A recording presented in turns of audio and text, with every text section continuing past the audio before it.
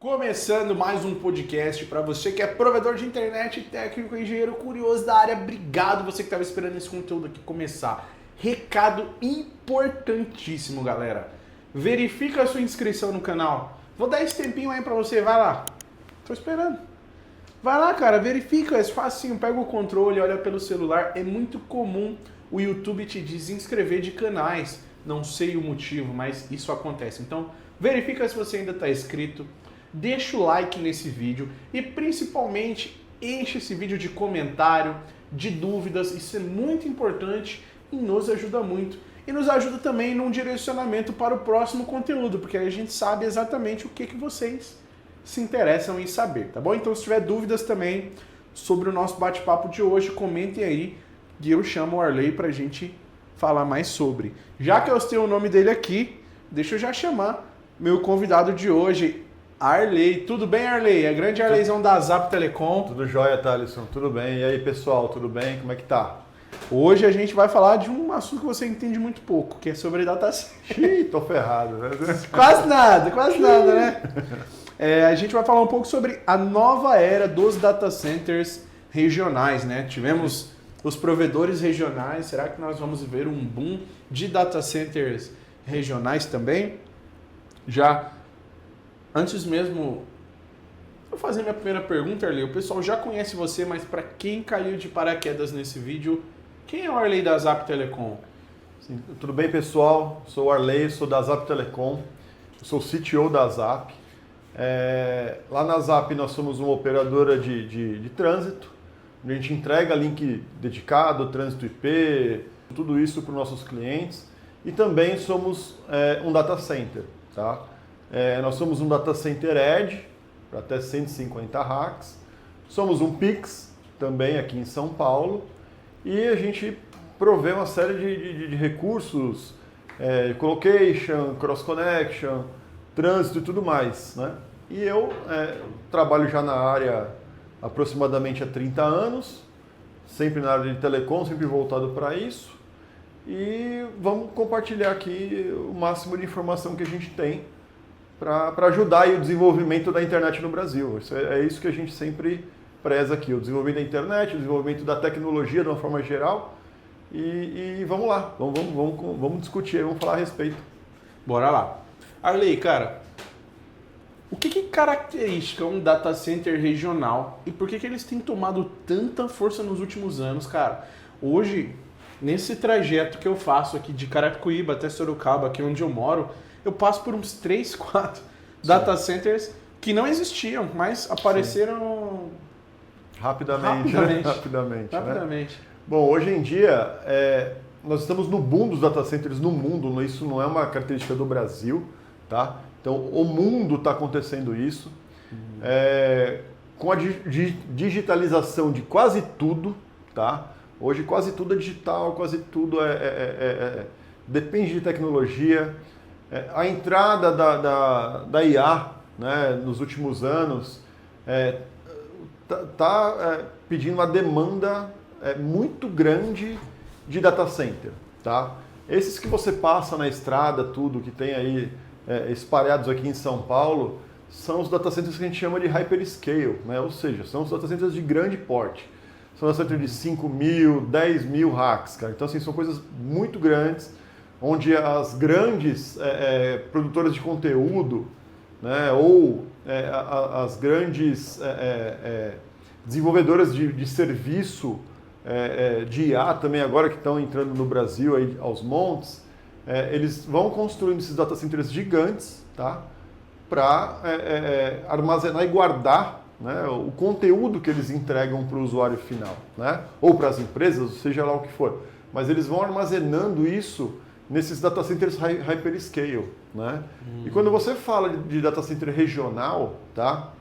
Qualquer um pode ser considerado regional, tá? Mas a gente tem, por quê? Porque ele sempre vai estar numa região, vai atender aquela região também. Mas os hyperscale, eles abrangem uma região muito maior, uma área muito maior de atuação. Então, para isso, entram os data centers que a gente chama de edge, que são data centers menores, tá? Com algumas centenas de racks, que ele é usado para distribuir o conteúdo numa região menor, né? Então você vai ter lá o hyperscale, que assim, qualquer data center ele atende o mundo inteiro, ele está limitado ao mundo, tá? Sempre assim. Mas hoje com a entrada com a busca da latência menor, estão sendo criados os data centers edge e sendo espalhados isso, né, para atender regiões menores. Então o hyperscale vem com todo o conteúdo. Esse conteúdo ele é distribuído para os menores e para atender nessa região onde ele se encontra. E, por consequência, a latência diminui para o usuário final, a qualidade melhora, enfim, tudo isso melhora. E as indústrias, né, e as empresas, né, também estão procurando data centers hoje para colocar o seu conteúdo num lugar que seja protegido, que tenha controle de umidade e temperatura, proteção de energia, segurança, tudo uma série de requisitos. Tá? Mas basicamente é essa a transformação que vai acontecendo no mundo com a adição de tanto data center novo no mercado. Você falou em relação à latência, né? Que isso impacta diretamente ali no usuário final.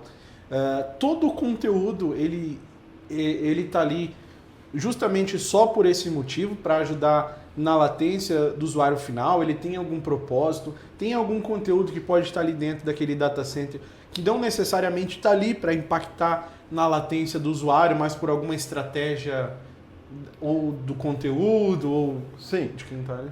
Nem todo conteúdo requer latência, quanto menor a latência melhor, tá? Por exemplo, uma IA, por exemplo. A IA, ela num primeiro momento hoje, tá? Ela não requer uma latência extremamente rápido, porque a IA ela tem outros fatores e não só a rede, né? Ela também tem o processamento. Então, a IA hoje ela requer um processamento pesadíssimo para responder rápido, mas ela não responde em milissegundos, microsegundos, né? Ela pode começar a responder nesse tempo, e só que ela tem o tempo de te entregar o conteúdo e no meio do caminho ela está pensando. Então isso aí eu acho que eu nem vou entrar muito no detalhe de IA hoje, porque é um assunto para a gente falar muito. Mas se a gente pegar, por exemplo, vídeos, áudios, né? Isso requer uma latência um pouco mais rápida, se você falar de comunicação, ou a pessoa vê um vídeo, vê um conteúdo ao vivo, né? Hoje a gente tem uma latência bem grande. Quando você vê, por exemplo, um jogo de futebol, ele tem já a latência normal da onde ele está sendo transmitido até chegar na emissora que está transmitindo esse conteúdo, né? Só que, como ela regenera esse sinal e passa para você, isso tem uma latência grande. Então, muitas vezes a gente está vendo um jogo de futebol. Eu falo futebol porque eu acho que é o mais fácil da gente ver. Sai o gol, se você está no rádio é quase instantâneo. Você tem lá um delayzinho muito pequeno, mas é quase instantâneo. Agora, você está com o rádio, você já vê que já saiu o gol, demora uns 4, 5, 6 segundos para aparecer isso na TV. Então, né, às vezes a bola nem está em jogo e já saiu o gol, aí você vai ver a jogada toda, isso acontece. Então, esse é o sentimento da latência, né? Nem todo conteúdo precisa ter latência baixíssima. Mas, o que é o futuro, né, gente? O futuro a gente vai ter aí carros autônomos, nós vamos ter telemedicina, tudo isso. Isso já depende de uma latência um pouco mais agressiva, tá? Porque se ele demorar 1 segundo para tomar uma decisão, pode ser a morte de alguém, pode ser um acidente, pode ser um problema sério. Então é aí que a latência começa a fazer diferença, tá? E você ter data centers espalhados, você diminui bruscamente essa latência. Vou fazer uma pergunta para você que é especialista. Já viajou muito para os Estados Unidos, já pegou muitas estradas dos Estados Unidos de moto e tal. Já. Você sabe que o 4G lá, 5G funciona hoje muito bem, em qualquer lugar, até no deserto tem sinal, né, cara? Mas Sim. O que eu sempre ouço o pessoal reclamar, Lei, que a internet fixa lá ainda é muito ruim. De vários youtubers que eu assisto, fala, cara, eu tenho que ver no lugar que eu vou morar para conseguir upar os vídeos, a internet é muito ruim, enfim. Sim. Como que funciona então, Arley? Por que funciona tão bem os carros da Tesla? Por que funciona tão bem as coisas autônomas, se ainda a internet deles acaba sendo muito ruim? É presença de data center que eles têm? Então, não necessariamente, tá? Vamos lá. Se a gente falar de Estados Unidos é o país que mais... Eu só comentei isso, desculpa interromper. Sim. Eu só comentei isso porque você falou que isso também vai depender para os carros autônomo. Para tomar uma certa decisão. Exatamente, e tal, né? também vai. Né? Hoje a Tesla ela tem uma facilidade, né, dela ter uma rede própria. Né? Você fala, putz, mas a rede de satélites ela é lenta, né? Ela tem uma latência alta. Sim, ela tem uma latência alta. Porém, os carros autônomos, além de precisar de uma latência rápida de tomar decisão, ele já tem uma IA dentro dele já para tomar esse tipo de ação. Né? Ele não pode depender 100% de rede, né? Mas ele tem de depender de rede por causa de localização, porque outros fatores que nem existem ainda que vão existir, que a gente não sabe ainda. Tá?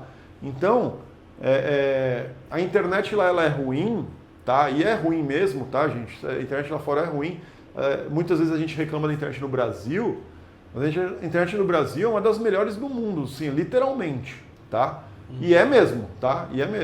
É culpa dos provedores mesmo. Os provedores fazem o negócio ficar muito bom. E a concorrência faz com que isso seja dessa forma, tá? A gente tem muito provedor no Brasil. A característica do Brasil é ter muito provedor. Né? Nós temos hoje aí mais de 20 mil só com SCM, só registrados na Anatel. Então, o fato de ter essa concorrência toda, a qualidade sempre vai ser muito boa. Agora lá não, lá você vai ter poucas operadoras, né? Tem umas centenas lá, algo nesse sentido.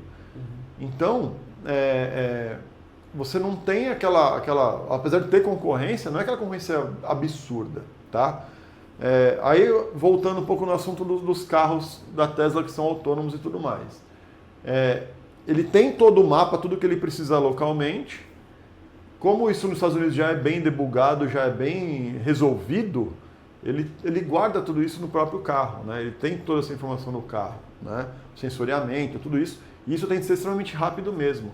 Só que outros tipos de atualização, de localização, de tudo mais, que ele tem que jogar isso na rede.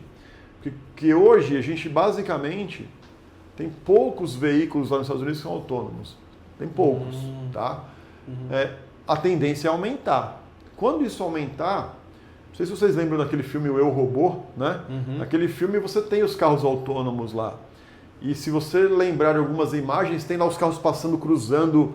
Isso tudo é muito... é muito sensível. Então, se algum atrasar 2 milissegundos, pode ser que vai bater no outro. Então, assim, óbvio que aquilo ali é um extremo, mas quem sabe se não vai ser assim no futuro? Quem sabe, né? A gente não sabe. Mas nós precisamos estar aqui para ajudar. Com certeza, com certeza. Entendeu? É isso. Tenho muita vontade de viajar para a China. Deve ser bem Assisto interessante. muitos vídeos lá e vejo a galera mostrando tanta tecnologia, tanta coisa avançada. Exato. E tudo chega muito rápido, né? Chega muito rápido, né? Que loucura. Arley, o nosso público hoje ele é composto de provedores regionais de todo o Brasil, que vocês atendem, inclusive, né? Muitos deles. E vocês atendem outras empresas também, que fazem o colocation lá com vocês. Seja Sim. banco, mercado, enfim, uma empresa que tem essa necessidade, Sim. né? O provedor de internet hoje ele se sente ainda muito inseguro em montar um data center, em ter uma própria infraestrutura, ou seja por medo, ou seja talvez, o que eu vou fazer com uma estrutura dessa daqui? Sim. Existe um momento específico, cara, você tem a grana, você já está no mercado, esse é o momento de você embarcar nessa nova era também. Essa é a pergunta. Existe um momento que o provedor possa estar preparado para partir para um data center, para ser um data center? Legal, excelente pergunta. Nós da Zap, né, eu e o Fausto, né, que a gente está sempre lá discutindo para onde a gente vai, né, aquelas 3 perguntas, né? De onde viemos, onde estamos, para onde vamos, né? Então essas 3 perguntas a gente sempre precisa fazer, né, como empresários, né? Não tem jeito. A gente já vem discutindo, a gente já vem querendo montar data center há mais de 5 anos. Porque nós sempre achamos que TI é o futuro, né? A rede, ela é valiosa, ela é importante, mas eu entendo que o futuro da rede é o Wi-Fi, tá? Eu entendo dessa forma. E não só rede, a energia elétrica também eu entendo que o futuro é o Wi-Fi. Não existe fio mais, eu acho que fio é um negócio que... Né, aqui, assim, se a gente olhar aqui na frente, aqui, tem fio pra caramba aqui. Eu acho isso muito ruim, né? Eu sou daquele que eu queria comprar uma TV em algum lugar, pegar ela, só pendurar e já ligar ela, já funcionar, né? Então, sem precisar de cabo, sem precisar de antena, sem precisar de nada. Então, eu tenho essa esperança ainda, eu acho que esse é um dos futuros que nós temos. Então, eu entendo que data center é uma coisa que já é realidade, tá? Porém, então é só construir data center e eu vou ganhar dinheiro? Não necessariamente. Precisa fazer um estudo local, regional ali, aí que vem o termo do data center regional. Ele precisa fazer um estudo na região, entender quantas empresas existem, se elas têm necessidade daquilo, densidade populacional, tem uma série de números para fazer, né, ou para calcular, para ver se vale a pena você construir um data center de 10, de 20, de 1000 racks. Tá? Então, isso é fácil, gente? Não é fácil. Não é fácil. A ZAP está aqui em São Paulo. Eu vou dizer que é menos difícil. Apesar de ter muita concorrência aqui a São Paulo precisa de mais e de mais e de mais. São Paulo precisa de mais data centers ainda. Esses grandes estão aparecendo aí, ainda é pouco, ainda precisa de mais. Porém, é cultura, né? A gente ainda tem a cultura das empresas terem a salinha de TI dentro da empresa mesmo, né? Ou o CPD, o antigo CPD, mas hoje é a salinha de TI, e a empresa não entende que essa salinha de TI ela é um custo para eles, né? Como eles pagam energia junto com todo o restante, ar-condicionado é junto com todo o restante, ela não fez esse cálculo ainda. A gente está aqui para mostrar esse cálculo. A gente tem lá a nossa planilha, tem até o vídeo que o Fausto fez aí, mostrando a planilha de cálculo, que vocês podem baixar, e fazer esse cálculo, mostrar para o empresário, para o dono da empresa, indústria, né, do agro, que precisa de muita informação guardada, que realmente é um custo para ele, e ele pode baratear isso botando no data center. E realmente, pela média que a gente fez lá, 90% dos casos vai abaixar o preço de manter esse ambiente num outro lugar, e vai aumentar a segurança, vai aumentar a garantia de entrega de estar online, vai aumentar tudo que é em relação à qualidade vai aumentar. Então, a gente precisa fazer esse cálculo, entender a região onde vocês atuam, mais do que vocês, ninguém sabe mais do que eles, onde vocês atuam, e entender se realmente vale a pena construir um ambiente grande, pequeno, médio, mas eu digo, sim, com toda a certeza do mundo, toda a região, todo bairro não digo, mas toda cidade vai precisar de data center, tá? Todos vão precisar. O município lá vai precisar de um data center, porque a informação tem que estar lá dentro, seja ela da prefeitura pública, seja ela de escola, universidade, isso vai precisar ter, né? Então, mas a gente precisa ter o timer de se agora é o momento de construir ou não. E esse time a gente precisa fazer um estudo regional. Precisa conversar com todo mundo, entender se isso é uma necessidade ou mostrar que isso é uma necessidade. Né? Então, você tem de mostrar que aquilo é importante para o empresário, aquilo é importante para o órgão público, aquilo é importante para a região. E aí sim, começar a construir. Não adianta construir e correr atrás. Eu acho que faça um estudo, aí sim, construa, aí vai atrás. Mas faça o estudo antes. Não sai na louca fazendo, porque não é um negócio barato. Ele não é barato de construir, ele não é barato de manter, né? E requer uma cultura, né, de você realmente trabalhar tudo em cima dos processos, você entender tudo que data center precisa, né, as proteções e tudo mais, e seguir algumas cartilhas aí que tem algumas normas no Brasil, né, e tem normas também da TIER, né, a ABDC também está criando aí uma norma para isso. Siga as normas, você não precisa tirar os certificados, porque alguns certificados realmente são muito caros, mas siga as normas de construção, siga as normas de especificação técnica, que você já constrói ele da maneira certa. Porque depois, se tiver equipamento ligado, ter de mexer, putz, aí é bem crítico, Se ele encontrar, ou se achar que isso é muito difícil, é mais fácil ele ir para um data center, então, né? Eu falando do provedor. Também, né? É uma opção, também é uma opção, tá? Ele pode botar aí algum serviço que ele tenha que não pode parar, ele pode usar um data center para isso, porque a possibilidade dele falhar vai ser menor, né? Então, assim, é interessante. E não aposte todos em um só, vai em dois. põe o seu serviço num data center e o espelho em outro. Então, faça isso também, porque tudo depende do nível de criticidade do serviço que você serve. Pensa que se for um sistema de atendimento médico, putz, isso daí não pode parar nunca.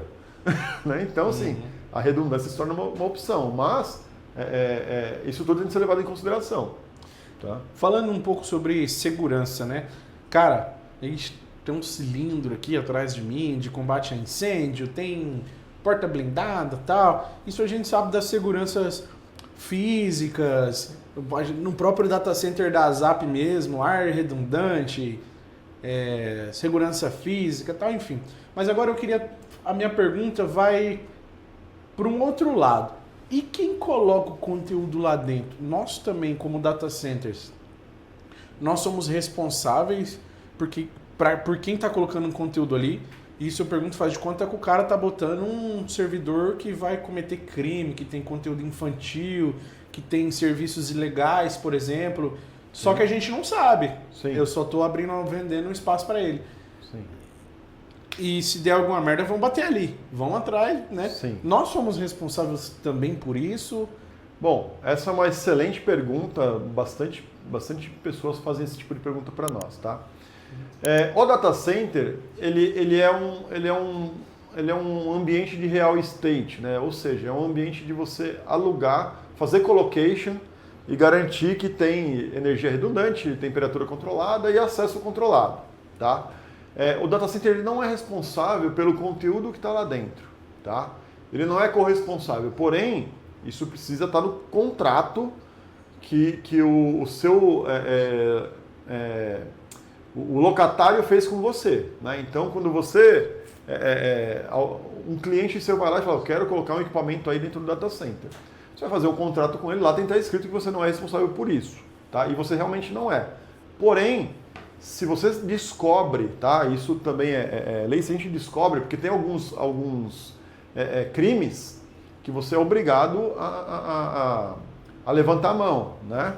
Então, se você descobre, você realmente precisa pegar e ou desliga o ambiente, ou chama a polícia, ou faz alguma coisa. Então, o data center ele não é corresponsável com o conteúdo que está lá dentro, tá?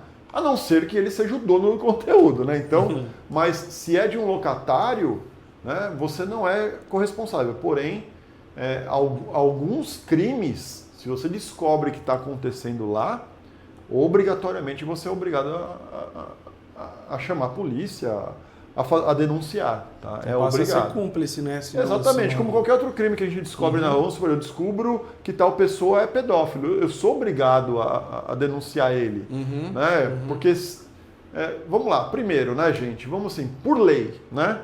Se eu ignorar e deixar para lá, por lei eu não estou errado, né? Mas, gente, peraí, né? Tem crimes e crimes, né? Apesar de ser crime, qualquer crime a gente deveria denunciar. Sim, sim. Porém, tem crime que, putz, a gente precisa levantar a mão e vamos embora, e vamos fazer. Então, no data center é a mesma coisa. É igual o cara alugar a sua casa e ele faz algo ilegal lá dentro. Se você não sabe, você não é corresponsável, né? Mas no contrato de aluguel está escrito lá que qualquer coisa que ele fizer, está lá que ele não pode fazer um monte de coisa, né? E agora, se você descobrir, aí você tem que denunciar, né, gente? Eu acho que é o mínimo, né? É o mínimo, né? Exatamente. Exatamente. Melhor do que prejudicar até a própria infraestrutura, sair falado. Já pensou mal falado uma notícia numa grande mídia que foi encontrado conteúdo em tal lugar? Então, Exato. Melhor fazer e às vezes, se você receber uma carta da polícia pedindo que quer acessar aquilo ali, a polícia tem o direito de acessar aquilo ali, né? No máximo, você vai lá, você vai avisar o seu locatário e falar, ó, eu recebi isso aqui, tal dia, tal hora, alguém vai estar aqui, né? E esteja também, porque é o seu ambiente, né? É isso, né? Eu acho que é política da boa vizinhança, então, porque às vezes a polícia também está pedindo alguma coisa e não tem problema nenhum, né? Às vezes o cara fala, não tem nada aí, vamos lá. Ele acompanha tudo, né? E tá tudo certo e acabou. Vou fazer uma pergunta de data centers bizarros agora, cara. Bizarros não, às vezes não no lado mal, entendeu? Sim. Do lado, eu já ouvi algumas notícias que a Amazon, ou era a Google, estava afundando alguns data centers no oceano para eles trabalharem no fundo do oceano mesmo. O mais conhecido aí é o da Microsoft. Eles fizeram lá um cilindro, né? E colocaram no mar, por quê? O maior gasto de um data center é energia elétrica, tá? E temperatura, você precisa de energia para refrigerar, para diminuir essa temperatura. Então eles fazem esse tipo de teste, de validação, porque no papel realmente vale a pena, tá? Mas na vida real não vale muito, porque você vai ter um custo altíssimo de operação, não de energia, aí vem do resto. Né? Qual profissional eu vou tirar esse data center do mar para poder fazer manutenção? Então, existem várias iniciativas desse tipo. Tem data centers em regiões muito frias, né? Mas aí tem o problema da umidade, porque onde tem muito gelo, tem muita umidade. Né? Então, entendi. Você tem uma série de fatores que eles vão fazendo isso, mas o normal, assim, o que é comum e o que é funcional é o que existe hoje. Todo mundo conhece lá aquela caixa. Normalmente você tem um negócio feio até de você ver. Ele é uma caixa, uma indústria, né, que tem um monte de rack lá dentro. Né? Então, e em qualquer lugar, pode ser um lugar quente, lugar frio, é óbvio que lugares mais quentes, mais úmidos, é um pouco mais difícil de você controlar a temperatura. Tá? E assim como em lugares extremamente frios, e também vai ser úmido, é difícil de você controlar. Então, qualquer lugar é lugar, basta você adequar. Mas esses aí que fogem um pouco do padrão, né? Que é dentro da água, né? Um lugar bom, por exemplo, seria no espaço. Eu ia perguntar num lugar se que tem não batesse espaço, sol, né? Se já inventaram de lançar algum. Então, mas um lugar que não batesse sol. Porque se bater o sol diretamente, você tem outros problemas que são as explosões solares. Se existisse algum planeta, alguma lua, alguma coisa, que um lado dela jamais batesse sol, puta, era legal. Porque lá é extremamente frio. Né? Extremamente frio e não teria incidência dos raios solares, que também é um problema para data center. Né? Também é um outro problema muito grave, né? De ter uma explosão solar e vir lá aquele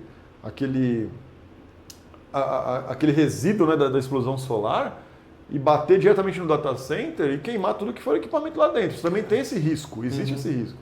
Né? É difícil? É muito difícil, tá? Acontecer. Mas algum dia vai acontecer. Tem um risco. Né? Por isso que vocês têm a gaiola de Faraday. Né? Faraday, exatamente. Nosso data center foi construído com uma gaiola de Faraday em volta, que é aquele negócio, a gente minimiza o risco, mas depende da pancada, é difícil segurar, porque... Faraday. Faraday. Faraday. Tá? Exatamente, Faraday. O dia do quê? Da explosão? Não tem nada então, a ver. Depende do tamanho da eu tô treinando explosão. meu inglês agora, o que é o fire, entendeu? Tá. Eu entendi Faraday, tipo dia do fogo. Não, mas Faraday, não. Faraday é o sobrenome do Michael Faraday, tá? Tá. Olha, eu vendo inglês em tudo agora, tá aprendendo? Galera, ó. Então, o Michael Faraday, ele foi o cara que desenvolveu esse estudo aí de gaiola para proteger contra choque... Choque não, onda eletromagnética. Ele é o cara que construiu os capacitores, que são os equipamentos, os dispositivos que armazenam energia, que não é bateria, tem um capacitor também. Para quem não sabe, se olhar um circuito eletrônico, é um componente redondinho assim, ele chama capacitor. Tanto é que a unidade de medida dele chama Faraday também. Caramba! Então você compra capacitor de 10 microfaraday, milifaraday. Então é a unidade de medida de armazenamento de energia também. E aí ele criou essa gaiola. Então, se tiver explosão solar, ele vai mandar para cá uma nuvem de radiofrequência. Então a gaiola de Faraday protege isso, mas dependendo da força dessa nuvem, dessa descarga, às vezes também não suporta. Tá? Então, assim, tem a nossa atmosfera também protege a gente. Também boa parte se perde na atmosfera. Mas, enfim, a gente está falando do Sol, que é um negócio desse tamanho, para a Terra, que é um negócio desse tamanhozinho. Então, né, a gente tem que entender que depende do que vier, nada vai segurar, né? Mas a gente constrói mesmo assim para proteger do dia a dia, porque acontece, né? Passou uma fase aí, acho que foi em maio desse ano, abril. Quimicamente pode acontecer, tipo assim, uma explosão numa guerra, ter essa mesma... Talvez, não vou dizer a mesma potência que o Sol, né? Mas causar essa mesma... Sim, todo mundo já viu algum filme que tinha uma bomba que eles chamam de PM, que é pulso eletromagnético. Que é exatamente isso, tá? Você vai lá, essa bomba explode e tudo que é eletrônico queima, né? Isso existe, tá? Existe assim, existe o estudo, a bomba não existe ainda, tá? Eu nunca ouvi falar que essa bomba existe. Mas o estudo existe e sabe que é possível, né? E tudo que o homem... Ele sonha, né? Ele planeja, ele vai fazer em algum momento, tá? Então esse é o tipo de uma bomba limpa, vamos falar assim, né? Você quer deixar aquela região nas trevas, é só explodir a bomba eletromagnética, vai cair qualquer dispositivo eletrônico vai parar de funcionar, a energia elétrica vai parar de funcionar, você volta para as trevas. Né? Que loucura, isso no papel é assim que funciona, mas né, eu nunca ouvi dizer que essa bomba existe ainda. Tá? Entendi. O que você acha daqueles data centers submerger, sabe? Aqueles que a gente vai na Futuricom, por exemplo, e vê, geralmente nada muito grande, sim, algo de 1,5 por 1,5, e eles mergulham direto as placas dentro desses data centers, sim, submergidos, sabe? Isso aí, tem gente que chama de data center, eu encaro mais isso como um hack líquido, né? Porque assim, você tem várias formas de você ver. Quando você fala de micro data center, válido, né? A gente pode falar que qualquer hack pode ser um data center, sim, qualquer hack pode ser um data center, só que ele depende das coisas externas. Né? Então esse cara aí, que você submerge placas, servidores, submerge equipamentos, né, de uma forma geral, tem aquele líquido que é especial para isso, que ele não conduz, né, energia, e ele é feito para refrigerar o ambiente. Né? Então, ele foi criado por causa da refrigeração mesmo. Tá? Existem alguns data centers no mundo que você vai ver assim, a construção dele, fisicamente é muito parecido com qualquer data center, cheio de rack, porém você tem canos e mais canos entrando e saindo, assim que ele é todo líquido dentro, é bem interessante. Tem alguns vídeos na internet aí. Caramba. Que eu vou colocar aqui, vou passar para vocês, eu vou colocar aqui algumas fotos, alguns vídeos do data center desse tipo, são bem interessantes. Eles são feitos para facilitar, né, a troca de calor. Porém, a operação é um pouco mais complexa, né, depende de outras coisas. Aquilo que a gente falou em relação aos data centers submersos. Né? Você tem algo que é muito importante, dispositivos que esquentam muito, requerem muito troca de calor, é uma ótima opção. Tá? Agora, quando você tem um servidor comum, aí assim, se torna você está complicando o que não precisaria ser tão complicado. Tá? Entendi. Porque você vai precisar de uma bomba de ar, você vai precisar de uma bomba de água, perdão, você vai precisar de outros dispositivos para aquilo funcionar. Né? Então, você está trocando um ar-condicionado por uma bomba e um líquido. Né? Você tem que se preocupar com a hidráulica daquilo também, para aquilo não vazar, que se aquilo vazar também, acabou sua refrigeração. Então, você tem outro tipo de preocupação, mas são muito válidos, eu sou a favor disso, mas em ocasiões que necessitam daquela qualidade de refrigeração. Entendi. Cara, pra gente já caminhar aqui já quase pros finalmente, eu vou fazer umas perguntas rápidas, tá mas bom. Antes de entrar para as perguntas rápidas, como você está enxergando o futuro das IAs, cara? E data center, você acredita que hoje a maioria, que você já falou isso no início, né? Sim. Desses novos data center, o pessoal está pensando principalmente em IA? Então, vamos lá. Existe um caminho, assim, algo que está sendo direcionado muito para as IAs privadas. Tá? O que é uma IA privada? Você tem uma IA para a sua empresa. Você não usa uma IA pública, como o ChatGPT, como qualquer outra IA que tem aí no mercado hoje. Tá? Um DeepSeek, coisa do tipo. Você vem e instala dentro de um servidor, tá? Que tem a GPU, claro, né? Você pode usar em servidor sem GPU? Pode, não tem problema. Mas vai ser extremamente lento. Né? Então, com a GPU você ganha um pouco de velocidade. E as IAs privadas, que você treina ela para atender a sua empresa. Então, você pode treinar ela para ela ser um atendente N1, você pode atender ela para ela ser um vendedor que já responde o seu primeiro contato rapidamente. ela já abre um chamado, enfim, você treina esse cara, tá? E essas IAs privadas, elas requerem normalmente um servidor, tá? Não é uma coisa muito pesada, porque você não vai botar uma IA... hoje você tem modelos de IA aí de trilhões como é que ele... Eu esqueci o termo que ele usa, mas você tem aí os modelos, tá? Então você tem lá bilhões, trilhões ou alguns milhares de informações, tá? Essas que tem trilhões, que são essas grandes, como o ChatGPT e tudo mais, ela responde qualquer coisa para você. Agora você fala assim, pô, a minha empresa, ele é um provedor e eu preciso de um atendimento de primeiro nível para alguém que está ligando aqui, para alguém que está querendo chamar no WhatsApp, eu tenho sintetizador de voz para falar com a pessoa, enfim, eu tenho uma série de coisas aqui, só que a IA tem que tomar decisão para mim. Então eu não preciso de uma IA que abrange tudo, preciso de uma IA que abrange somente o que eu preciso e eu vou treinar ela para ela fazer esse primeiro atendimento, não para resolver meu problema, tá? Ela não vai fazer 100%, mas ela vai fazer o primeiro atendimento, vai abrir o chamado, vai cobrar o seu técnico, enfim, ela pode fazer isso. Isso é um trabalho que não requer tanto conhecimento, mas é mais automação, rapidez, né? Cobrar todo mundo, tá? E aí você requer uma IA menor e por consequência você pode ter um servidor dedicado para você, traz essa IA privada. Então, para mim, os data centers menores, ou Edge, ou esses que os ISPs aí podem construir de até, sei lá, 200, 300 racks, esse tipo de produto, putz, isso aí eu acho que vai bombar daqui a pouco. É o que eu acho. Perfeito. Olha aí, eu vou fazer umas perguntas rápidas aqui. Tá? E você pode responder com uma pergunta... Não, pode responder com uma pergunta, não. Eu vou fazer a pergunta. Aí você responde... Pergunta 1. Bem rápido. Tá bom? Tá bom. Fibra ou rádio? Rádio.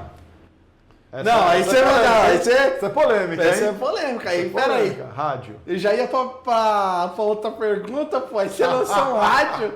Rádio. Peraí, pô. Rádio. Eu tenho, assim, ó. Agora vai ter que explicar. Qual que é a única diferença que para mim pesa em relação a fibra ou rádio? Capacidade. Ponto. Tá? Se eu não levar em consideração capacidade, rádio é muito superior à fibra. Porque a velocidade é a mesma. A velocidade da luz, mesma coisa. A probabilidade de dar problema é muito menor. Você se preocupa só com duas pontas e não com o meio. Que a fibra você se preocupa com tudo isso. Então, para mim, sempre... De novo, eu já falei aqui no nossa conversa. Para mim, tudo tem que ser Wi-Fi. Tudo. Verdade. Você Tudo tem que ser Wi-Fi. Tudo. Então, beleza. Eu gosto muito do rádio também. Latência ou banda? Depende. É difícil, hein?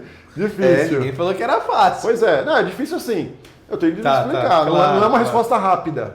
Quando eu falo difícil, não é uma resposta rápida. Eu dependo de latência, tudo depende de que a informação chega imediatamente para mim. Eu dependo de banda quando eu tenho uma massa muito grande de dados para transferir de um lado para o outro. Então, assim, depende. Tá bom. Depende. Edge Computing. Isso. É o futuro ou já é o presente? Bom, como sendo a Zap, já é o presente. Eu tenho um data center Edge que é justamente para atender esse tipo de demanda. Perfeito. Um erro comum dos provedores. Bom, vamos lá. Um erro comum dos provedores. Eu entendo que muitos pecam por documentação. Documentação, beleza. Um investimento que nunca se arrepende de fazer. Conhecimento, né? Treinamento, tudo isso você nunca vai perder. Um mito sobre data center. Que é algo que é difícil de você, que você não vai precisar. Você não precisa dele. Você precisa dele o tempo todo. Cara, tem uma pergunta aqui que eu vou até trocar, que era assim, ó, segurança é mais sobre tecnologia ou processos? Mas eu vou tirar o processos. Processos tem a ver, já ali engloba no segurança. Mas aí eu vou reformular. Segurança é mais sobre tecnologia e processos ou pessoas? As duas coisas. Porque hoje a maior quantidade de problema de roubo de informação é alguém que não... É uma pessoa que errou no seu processo. Invasões de roubo de informação são poucos que acontecem, tá? Apesar que acontecem. Mas a maior parte é por causa de algum erro operacional de um ser humano. Beleza. Um conselho para quem quer profissionalizar a infraestrutura.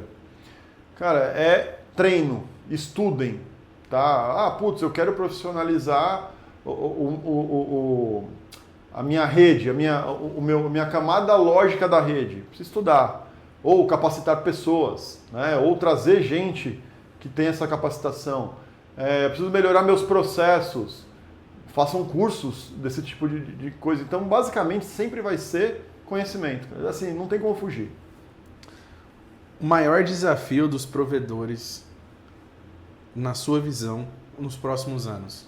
É se manter atualizado, cara, porque a tecnologia muda o tempo todo. E os provedores correm atrás disso. É bem complicado isso, é bem complicado. Aí, para a gente finalizar, Tá. defina o data center da ASAP Telecom em uma frase para nós. Cara, eu sinto orgulho de falar isso, mas tecnologicamente dizendo, é o data center mais moderno do mundo. Massa, é isso aí. Aí, cara, gostaria de agradecer mais uma vez a sua presença, o seu tempo, a sua disponibilidade. Quero saber se você quer mandar um recado aí pra galera, um recado mais direto para eles. Cara, gente, falem com a gente, deixem suas perguntas aqui, procurem a gente, vão lá visitar nosso data center, ele está aberto para todo mundo, é só você agendar conosco, nós fazemos uma visita guiada, conheça nossos produtos, entre no nosso site, a gente vende link dedicado, trânsito IP, transporte, nós temos data center, nós temos uma série de produtos que podem ajudar você a melhorar o seu provedor mesmo. Eu preciso de um recurso que eu posso trabalhar junto com a ASAP para fazer uma parceria para a gente ter um produto desenhado e todo mundo ganhar. A gente está aberto a esse tipo de conversa. Então procure a gente, fale conosco e deixem sua mensagem aqui. Vamos tentar responder da melhor forma possível. Isso aí, pessoal. Recado está dado, temos um QR Code na tela, link na descrição do vídeo para vocês entrarem em contato com a ASAP Telecom. Não deixem de entrar em contato, tá bom? Muito obrigado você que assistiu esse conteúdo até aqui. Eu reforço, deixa o like, confere a sua inscrição e deixa um comentário legal aqui, cara. Se você tem mais dúvidas sobre data center, comenta aí que eu prometo para vocês que eu sento com o Arley aqui de novo e trago ele para responder para vocês, tá bom? Beijo, um abraço no coração de cada um de vocês. Pra geralzona aqui, ó. Até mais, Valeu, gente. Tchau, Valeu. tchau.